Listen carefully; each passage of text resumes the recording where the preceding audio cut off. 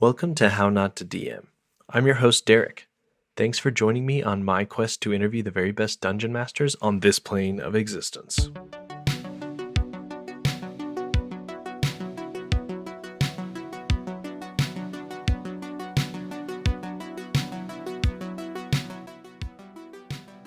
Before we get started, I need to shout out my patrons. Thank you all so much. You help make the show possible. If you'd like to support the show, want a shout out on my next episode, or want an inside scoop on my upcoming guests, consider joining. You can find the link in my episode notes, my Linktree, or by heading to patreon.com/HN2DM. Remember that 10% of my ad and patron money goes to support local LGBTQ plus youth via Encircle. Check out my Linktree for more information. And now, onto this episode's guest announcement. Kat Kruger is the DM of D20 Dames, an all-ages D&D podcast handcrafted by witches. Kat is also well known for her game design company Steampunk Unicorn Studio, and has written or contributed to numerous 5e supplements. Kat also designed all 7 adventures for the D&D Nerds collaboration. Kat and I talked about how she got into D&D, how her career as a young adult author prepared her for writing and designing TTRPGs, and much more. Enjoy! All right. Well, I'm Kat Kruger. I'm the dungeon master at D20 Dames.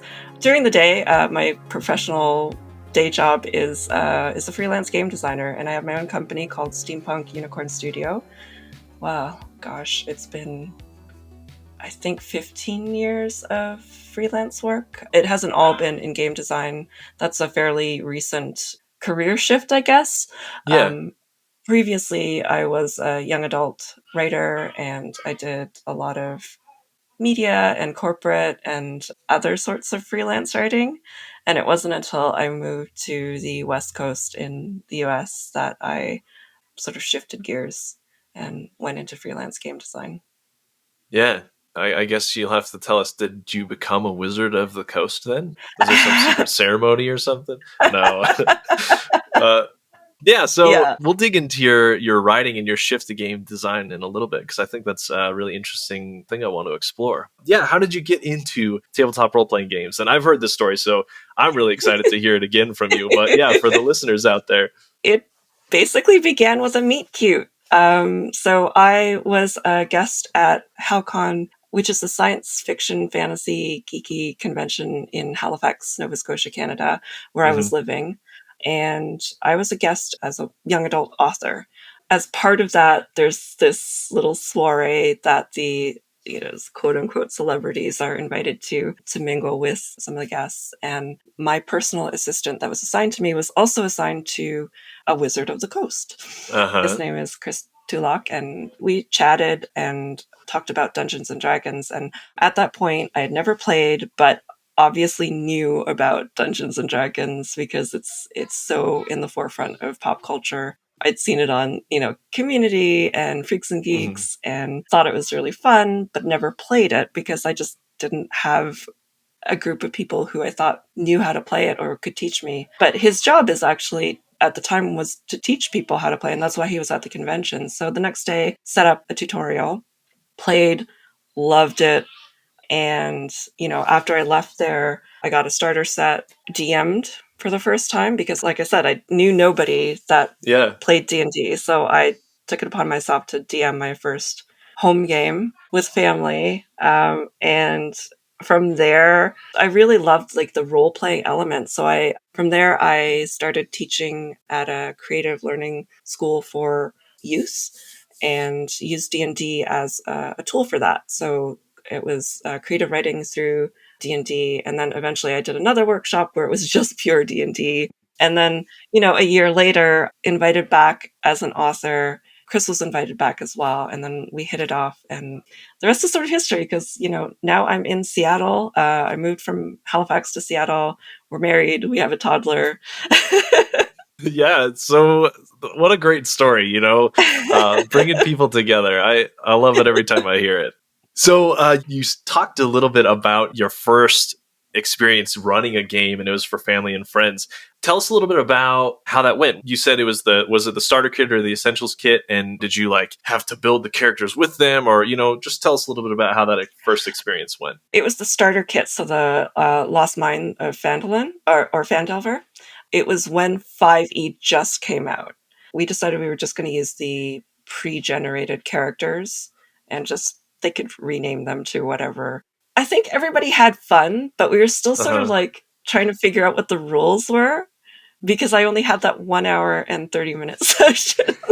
Yeah, good on you, though. A lot of people take a lot longer than that to decide to dip their toes in, so very brave. I think that speaks to how engaging and how fun D&D can be, that I really didn't want to sort of just let it go, right? And so I didn't think that there was anybody else that was going to do it.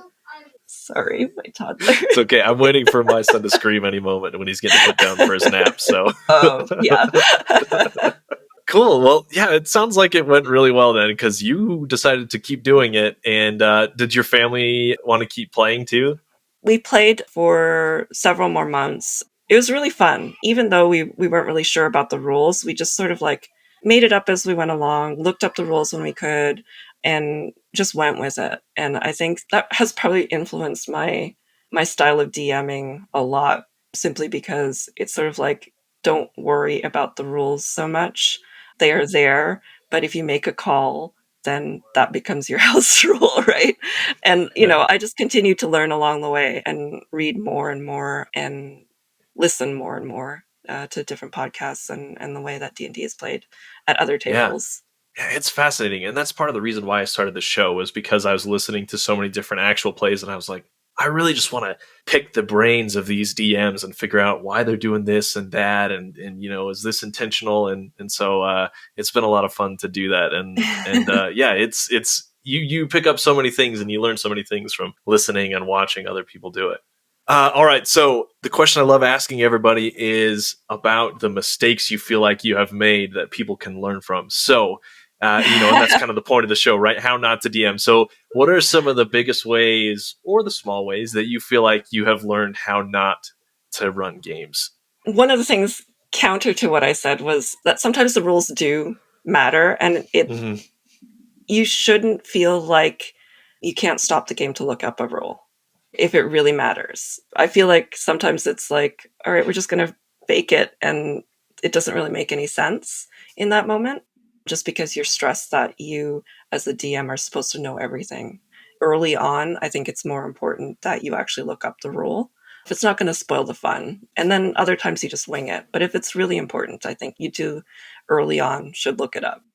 I think some of the bigger earlier mistakes that I made were, taking away player agency, where they roll poorly and then you tell them it's not the situation that's happening to them, it's what they do. Like, don't narrate what the character is doing. You can narrate the situation around the character, but I feel like if you narrate what the character is doing, you're taking away their agency. So give them the opportunity to tell you how they failed. I like that. Yeah, it can be easy to slip into, especially when you're new, and especially if the first thing you're running is a published adventure, right? To kind of feel the need to shepherd them in a specific direction. But I think that D20 Dames is a fabulous example of taking pre-written stuff and then totally flipping it on its head. Just light spoilers for the first few episodes. The Dames start off going to the town of Phandalin after whatever adventuring party has come through and already completed the Lost Mine of Phandelver adventure. So that was pretty fun. The tavern has kind of like had to rebrand because the red brands are gone. And anyway, it's a great example of like, just giving them the freedom to explore, and they definitely do that. They take their downtime and they kind of wander around, make new friends. But yeah, great example of that in your actual show that you've made.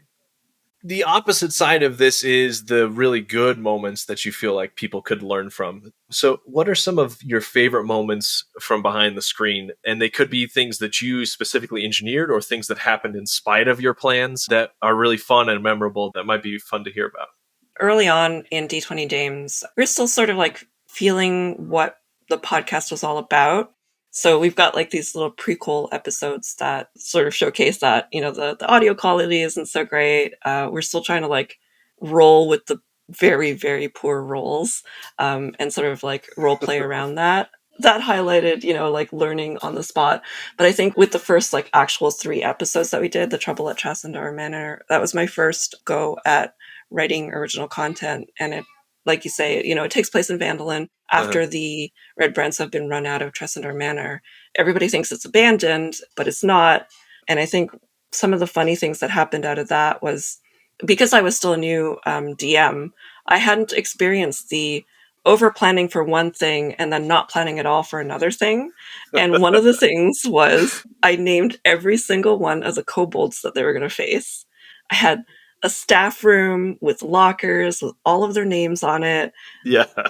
They never went into that room. However, the gnomes that they were there to save, they asked every single name. So as we were going through it, I was like, okay, the first name that came to mind was, I sort of like based it off of a friend in the moment. His name is Dave. And so I was like, Daver. Okay. And then they asked the next one and I was like, Traver? And as we were going and going, I knew that it was going to end with them asking what the last name was. So I got a couple more rhyming ones, and then there was one that didn't rhyme with anything, and they were just stumped on that one. And I fantasy Rickrolled them because the last brother's name was Rickroll. That was a really fun moment and a learning moment too, because I, like I said, I didn't really expect that naming thing was going to happen. And of course, like now I know in retrospect, like, that happens to every DM. All the time. Yeah. Yeah. Yeah. Well, I think you did quite well. You fleshed out the Gnome Brothers. They had their industry and everything. So you did good on the fly. Definitely. Well, they gave so much too. They had all those bread puns. So obviously there needed to be a bakery that came out of that. Yep. It was just a lot of fun playing with them. And, behind the scenes, I think there is a lot of collaboration. When Jess came on board, they had some ideas about their backstory. And, a lot of season, I think 2 going into 3 was spent at the House of She Who Shapes All, which is like this monastery where she grew up. And it was just a lot of fun collaborating on, all the monks that are there and all that history. And then with Jen's character, Riot, we did some behind the scenes recording so that we could get memories with her siblings because she's been separated from them. And then with Maris, who plays Rose, she got really busy. So she had to leave, but we still had her on the show so that we could finish up her storyline. And so we did a lot of one-on-one recordings with Rose and the Shadowfell. I've just really enjoyed that collaborative nature of D&D. You highlighted something that I really have learned and found is fun and effective is letting your players help world build with you and guide the story instead of being set on the things that you want to do and that you want them to experience, figure out what they want to do and then help them make it possible. Yeah. One of the first things I did before we even started recording was I got them to fill out a questionnaire. So they all filled out the same questionnaire. It was like all of their history, all of their like relationships. I got them all to write about a hero that they looked up to so that I could weave that into the story and connect the stories together. And that had a huge impact on where everything went. Great ideas. And honestly, as a DM, like what's better than your players giving you ideas, instead of you having to figure it all out yourself. It's way better that way. Yeah, absolutely. In learning to run games, is there anyone in particular that you really look up to or that you feel like you tried to emulate as you were kind of learning to run games? And even now, are there people that you really look to as examples of really great DMs? I think early on when we started the podcast, it was Griff McElroy from the Adventure Zone. I really enjoyed how he could have this really great narrative streak and serious like gravitas to what he's telling, but also be very goofy. And I think naturally that is where I sit as a DM. Mischief, but also that storyteller element versus, people who are a little bit more animated. Yeah. So early on, it was definitely that inspiration. And then from there, I was on Tales from the Mists when it was on. And TK Johnson has this it's like this very soft way of telling a story, but at the same time, you are just deeply hooked into what they're saying. I've definitely taken away a lot from that experience. And there are lots of DMs that I look up to, but I know that I'm not that kind of DM, right? You look at DMs like Kate Welch or Deborah Ann Waller, they're very animated. On the one hand, I would love to be like that as a theater kid at one point, but I know that my happy place is on the side of like a Griff McElroy, where it's, storyteller, but comedic at times, serious and comedic at the same time. I feel like that's my happy place as a DM. I like doing the voices as well, but Matt Mercer is a really great example of a great DM, but he's also a professional voice actor. That's not going to be me. I'm sure the YouTube video exists of like him doing like every single accent like back to back to back to back to back Yeah. if you were to look for it. So yeah. Yeah. Not a great comparison, right? Unless you're a professional voice actor as well. Try not to stack yourself up against him. Yeah. Yeah, exactly. Yeah. And now a word from How Not to DM's sponsors. Let's start off with Gemmed Firefly. Need a fresh look for the new year? Head on over to gemmedfirefly.com for the newest tees, mugs, and home goods styled with D&D gamer humor and aesthetics. As always, Gemmed Firefly makes every shirt to order, bringing you all of the softest and most comfortable shirts that thousands have come to love. Listeners of the show get a discount when you use the code DRAGON at checkout. Find your new favorite shirt at gemmedfirefly.com now. And also, Mannerism RPG. Mannerism is a diceless game about becoming a wizard to escape oppression. It uses an approach-based resolution system.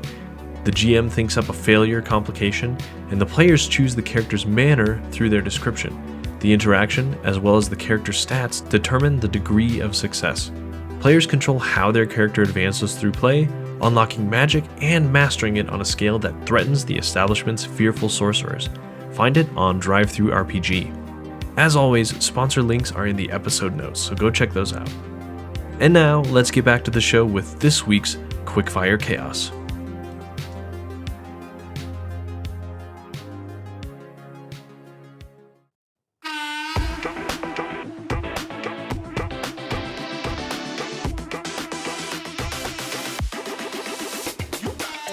Welcome to Quickfire Chaos!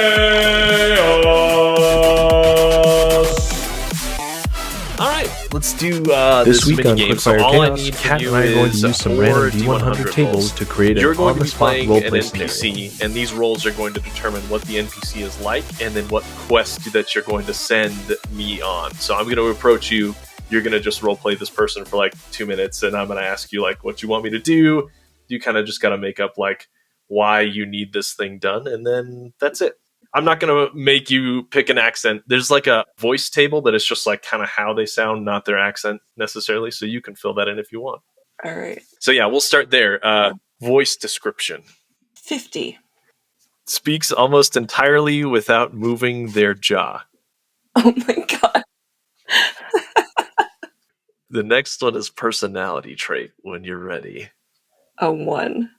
Absent-minded, preoccupied to the extent of being unaware of one's immediate surroundings. So you don't move your jaw, you're a little absent-minded. Okay. Next is what your job is. 84. Botanist. And then last but not least, the quest you're going to send us on. 8. You hear screaming at odd hours in the morning. Okay. So you're trying to figure out, or are you going to send us to investigate, I guess? All right. I'm just going to approach you as an adventurer, and then you're going to tell us who you are and why you want us to go investigate this stuff. You ready to go? Yep. Okay, let's do this. So I think I'll play a cleric. He's going to have my very best terrible Australian accent. All right, here we go. Hello, good morning. I heard that you had a job that needs doing, and I think we're the people to do it. Oi there, love. How's it going? Oh, yeah, it's great, yeah. You've been having some trouble, though, have you? Have I? Oh, yeah. I think so. With the garden, is it? No. I remember. So, I was out gardening, and, every morning for 10 days now. There's been... What are they screeching? Oh, yeah. Like loud noises? Are they coming from your garden or elsewhere outside? What, did you want to see my garden? Well, yeah, sure. We could walk around and you show me about while we're talking. All right, well, here are the petunias, and here are the... very nice, yeah. Huckleberry, and... Lovely colours, yeah. Were you here to buy a pint of berries? I mean, sure, yeah, we could negotiate that, but you're talking about screaming that you've heard outside at odd hours in the morning? Oh, who told you that? You did. Sorry, yeah, you told me about some screaming. Oh, yes, I did. Yeah, screaming all hours at the morning, evening, night. I think I'm not getting very much sleep. I was about to say, have you not been sleeping much? Do you have any idea about where the screaming's coming from? And also, do you have any idea what's screaming? Like, does it sound like a person? Does it sound like a beast? You know? Oh, did you want to come see my goats?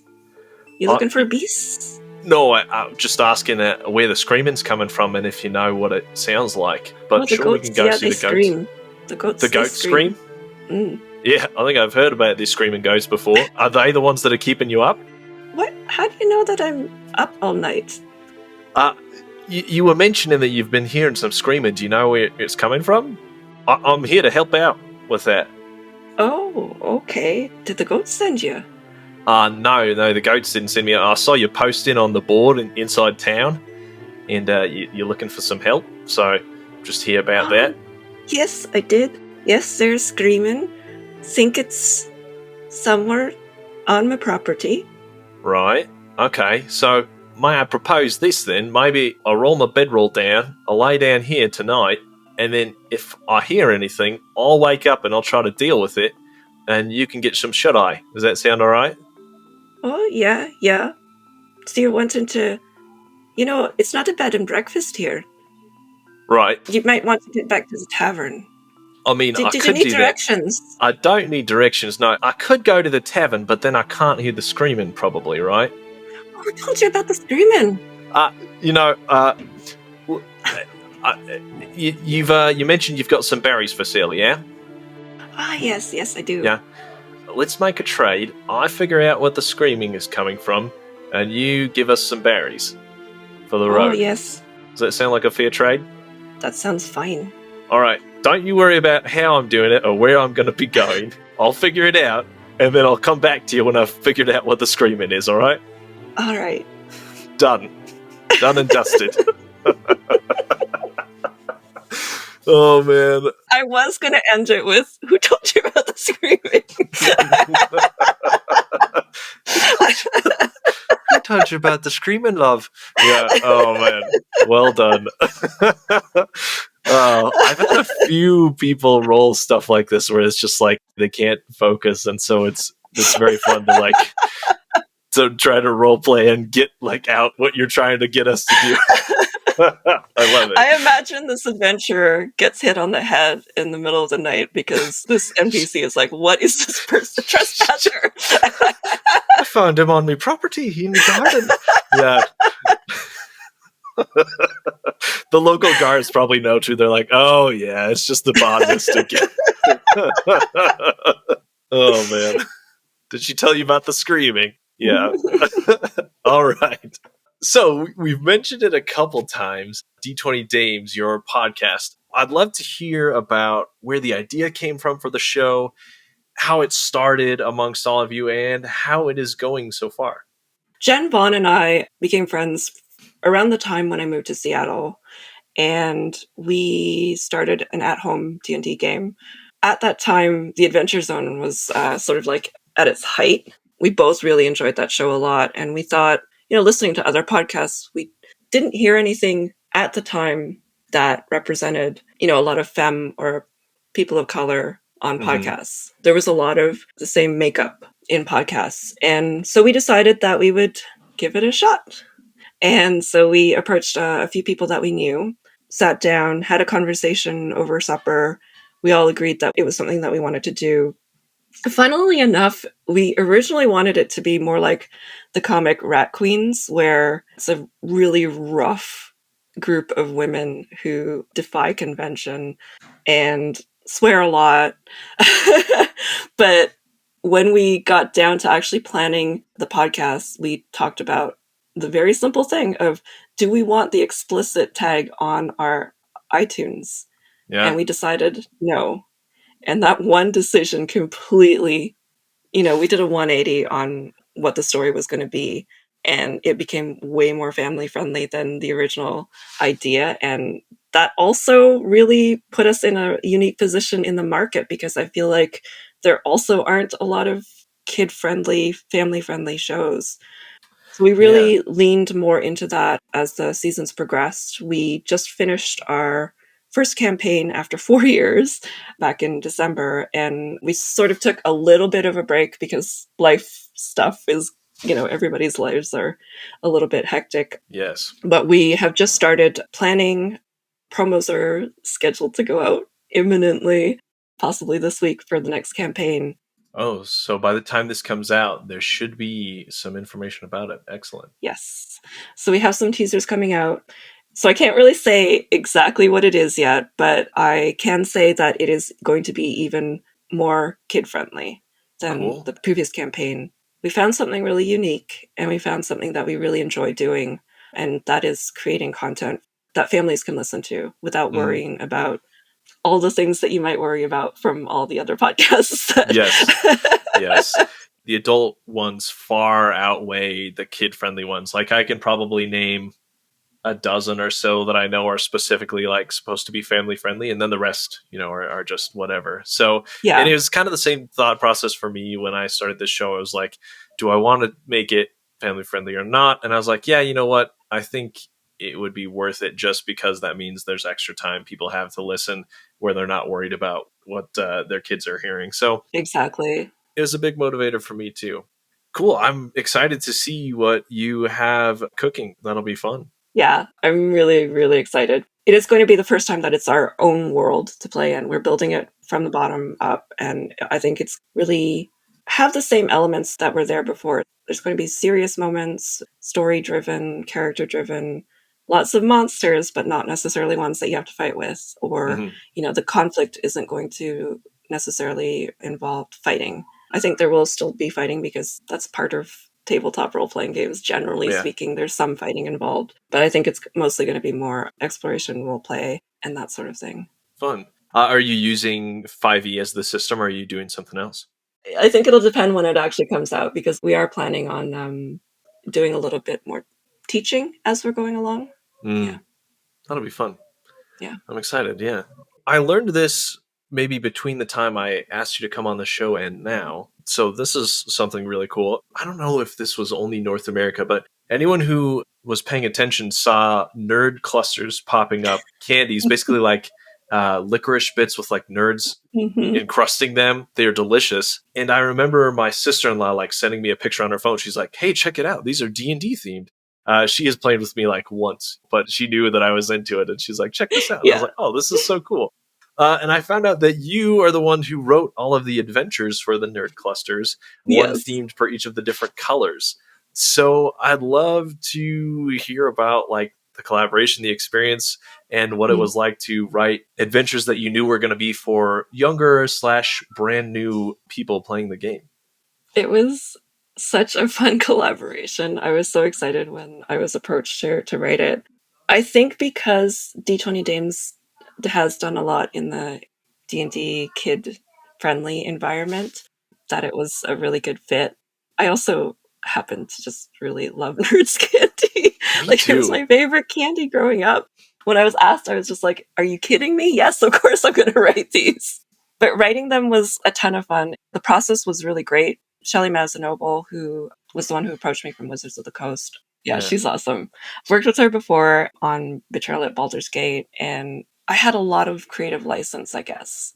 The two brands really mesh very well together, because a lot of the spirit of both D&D and Nerds is, adventuring together. And that was basically the premise for this campaign. And each of the nerds already had their own, I guess, overarching theme. So like curiosity and deep thinking and things like that. And I had no idea. Yeah, I know. I didn't either. It was very deep. And they already had decided which colors were going to be which class, so that helped me a lot Oh, as they well. did. And then, Okay. yeah, and I got to preview the art, which was really cute. And then it was just sort of like, okay, so these are the themes, these are the colors and their classes. Come up with what you want. So I came up with the mini adventures, the 6 mini adventures, and then the 7th like group adventure. And yeah, definitely drew a lot of inspiration from working with youth and kids and Uh-huh. new learners to create these mini adventures that maybe aren't necessarily typical D&D adventures, because there's a lot more role play exploration. While there is some combat, it's not heavily focused on that. There's a lot of opportunity to resolve a lot of the conflict without fights. I think Uh-huh. the fighter was the main one that you had to basically fight, right? Yeah. I mean, that makes sense. Yeah. Did you kind of think of a bunch of ideas and workshop them with wizards and nerds to kind of nail down the ones that seemed the most interesting? Or the first idea was good and you kind of ran with it? I worked with Adam Lee on the project. So I did the initial writing for the ideas and he sort of developed the ideas. But I think from the original ideas to the ending, there's definitely still the original ideas is there. So he just sort of helped put a shine on it. Yeah. Polish. Yeah, yeah. Yeah. I like it. You also mentioned at the beginning, your career has been writing, and you wrote young adult novels and done lots of work. And then you transitioned into the game design world. So I wanted to know what the differences were that you've noticed between the two. And obviously, there's some really obvious ones like, one is a game and the other is writing a book. And so I wondered if there are some kind of nuanced differences that you notice between the process of like thinking up all these characters and plots and stuff and putting it into a book versus doing the same thing but trying to make it flexible enough to make it a game that people run. So I think the main difference is like a novel is very linear, clearly, and a game like a D&D game is not. And I think what I learned from my background is it's more in the vein of, a choose your own adventure or interactive text adventure, which Mm. I used to write when I was little. So I sort of drew from that when I started game dev. I think the key difference is that it's not that linear. You have to sort of plan for different ways that people play the game and Mm. different outcomes to each situation. I wouldn't say that I provide all the answers. Like there's optimal solutions, but there's also like secondary solutions to problems that I like to present in the adventures that I write. Yeah. That's something I guess that I hadn't thought about in that way until you just mentioned it. A lot of the stuff that I do is prep for my own game, and I know generally what my players are interested in and what they might be motivated by, but having to write things from a high enough level that most parties, most players and most DMs can like get something Yes. out of it is a very different thing. Wow. Never thought about it that way. Trying not to railroad it either. So, like, what if this happens? Then do you have a side option for that? Do you feel like some skills from writing books and that kind of thing translated really well to writing adventures, and then some skills you had to pick up? I think for box text, fantastic for transferable skills, not so much for the mechanics. I think the Mm-hmm. mechanics are more, like I've said before, it's sort of like writing a technical manual for having fun. It's very mechanics heavy. You've got all these instructions for the DM to do this check or that check, or this happens mechanically. And then also deciding when it is important to put those checks in there, because if you need the characters to pass a check in order for the story to progress, maybe don't put that check in there. Yes. A lesson I've learned a few times where I'm like, oh, why did Yeah. I have them do this if they can't get any further? Yep. Yeah. Yeah. Classic. Yeah. I think a lot of the narrative writing is less important when it comes to writing D&D because the box text is so limited. And I think what really helped me write games is my journalistic experience, because being very concise with your writing and to the point is way more important than being flowery. Yeah, that is a big difference. You have a new book that is available for pre-order right now. It's coming out in August of this year called Dungeons and Dragons: How to Be More D&D. And from the synopsis on the front and from the little bits of text I've read here and there, it sounds like you're trying to, well, you've written a book that helps people use their knowledge of D&D as a framework for attacking life problems. So yeah, tell us a little bit more about the book and what people can expect. You've recapped it very well. That's it. So, okay. No.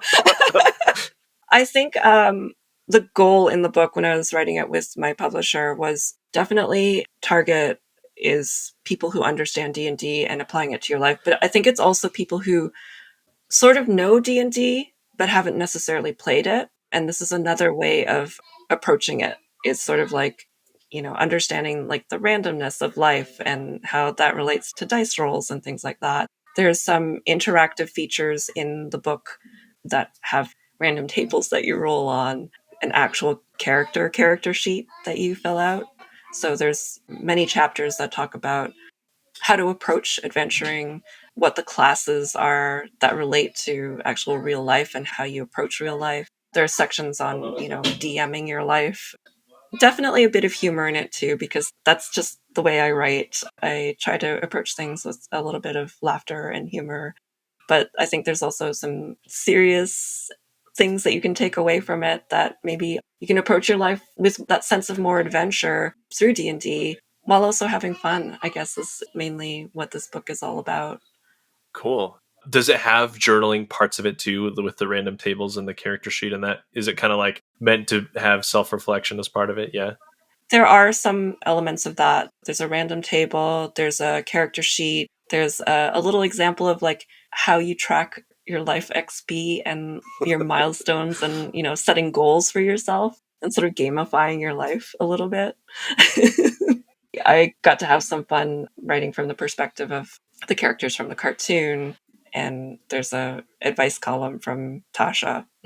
Oh yeah, nice. All right, well, I'm excited to see or read that when it comes out too. Excellent. So, if you had to give advice to people who are out there running games, what are kind of the maybe one or two best pieces of advice you've either been given or that you've kind of developed yourself that you could give to people out there to encourage them and to make them better at running games? I think when you're starting out, it's better to be a little bit over-prepared. I think I needed that as a bit of a crutch at the beginning. But the more you practice, the less you're going to need to prep. I think also sweating all the little details is not really important. I think the people at the table are just going to experience what's in front of them and not, necessarily everything that's running through your head. So you don't need to constantly be one step ahead of your players. Just sort of roll with what's happening in front of you. I think that's the most important thing. And if you can let go a little and improv or ad lib, I think that really helps. And I know that is so difficult at the start. I still remember being really over concerned about following what was in the written material. And if it deviated too far, it was like, okay, what am I doing wrong, Yes. So I think it's just like your players are going to have fun. They're going to be forgiving if you made a huge mistake. Rewind. It's just a game. Have fun. Agreed. I love the be in the moment part. That's something that I definitely struggled with, but I'm getting better at. Being in the moment instead of trying to think ahead, just worry about what's happening. Very good advice. And you made me think about things that I haven't thought about before. So that's the whole point of this. Excellent. You mentioned you've got a new season of D20 Dames coming up, and we talked about your book as well. Any other projects you've got working on that you can tell us about? And then where can people find your work online? Yeah, so D20 Dames you can find at d20dames.com. Our new season should be coming out, I think it's end of May, beginning of June. Oh, so very soon. So look for that. Yeah. And let's see. I am currently working on Divinity Original Sin, the board game. That's my big project right now. One of the board games that just came out is Betrayal at House on the Hill. 3rd edition just came out in Europe, and it's coming out in North America in the fall. Those are the two big board games that are coming out right now. That's basically all I can talk about. But if people want to follow me, they can go to steampunkunicornstudio.com. That's where I do all my freelance work. Pretty much anything that you want to see from me, books, games, they're all listed on that site. And Yeah, I'll include those links. I'll include the links to your DMs Guild stuff. A lot of the stuff you wrote for D20 Dames ended up being adventures that you've published so that other people can play.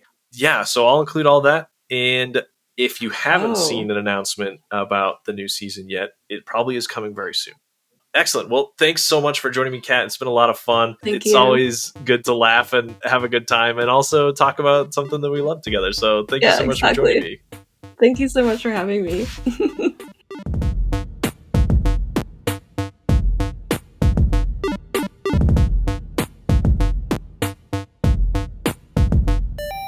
Thank you for listening to How Not to DM. And now a sneak peek into next week's guest, Sarah Thompson, creator of the Combat Wheelchair for 5e. In a FFG Star Wars game that I ran, I had it set during the Clone Wars, and the rule was nobody could play a Force sensitive. Everyone was playing a clone from a regiment, and they went and had all these bonds with the young Padawan of their Jedi general, and they really bonded with this kid, and it was great. And then the kid and them was sent out on a mission, and then I was like, oh, one of you get a comm call, and they were like, oh, okay, accept. And I was like, the visage of Palpatine appears and says, execute Order 66. I knew it. I knew you were gonna do Order 66. And everyone's faces dropped. They were like, no! They got this Padawan child with them, this Padawan child that had lost their lightsaber literally the session before. And they were like, oh no! Everyone was screaming. It was so funny. And then I was like, okay, make rolls to resist your chip, your inhibitor chips. And everyone was like, oh my god. For more awesome stories from Sarah's games, a look into their career as a game designer and consultant, and more, tune in next week. Remember to check out my Patreon if you haven't already for even more sneak peeks. Next time you get the chance, share this episode with your friends and family around your game table. Another great way to help me boost the show is by leaving a review on Apple Podcasts or by rating the show on Spotify. I appreciate all of you for helping me grow. Thanks to the team at T4C Studios for helping edit and produce this episode. My new intro and outro music is by Danijel Zambo. The Quickfire Chaos music is by Exacat, and the Quickfire Chaos mood music is by Arcane Anthems. Check out the episode notes for more of their great work. And, as always, until next time, roll some nat 20s for me.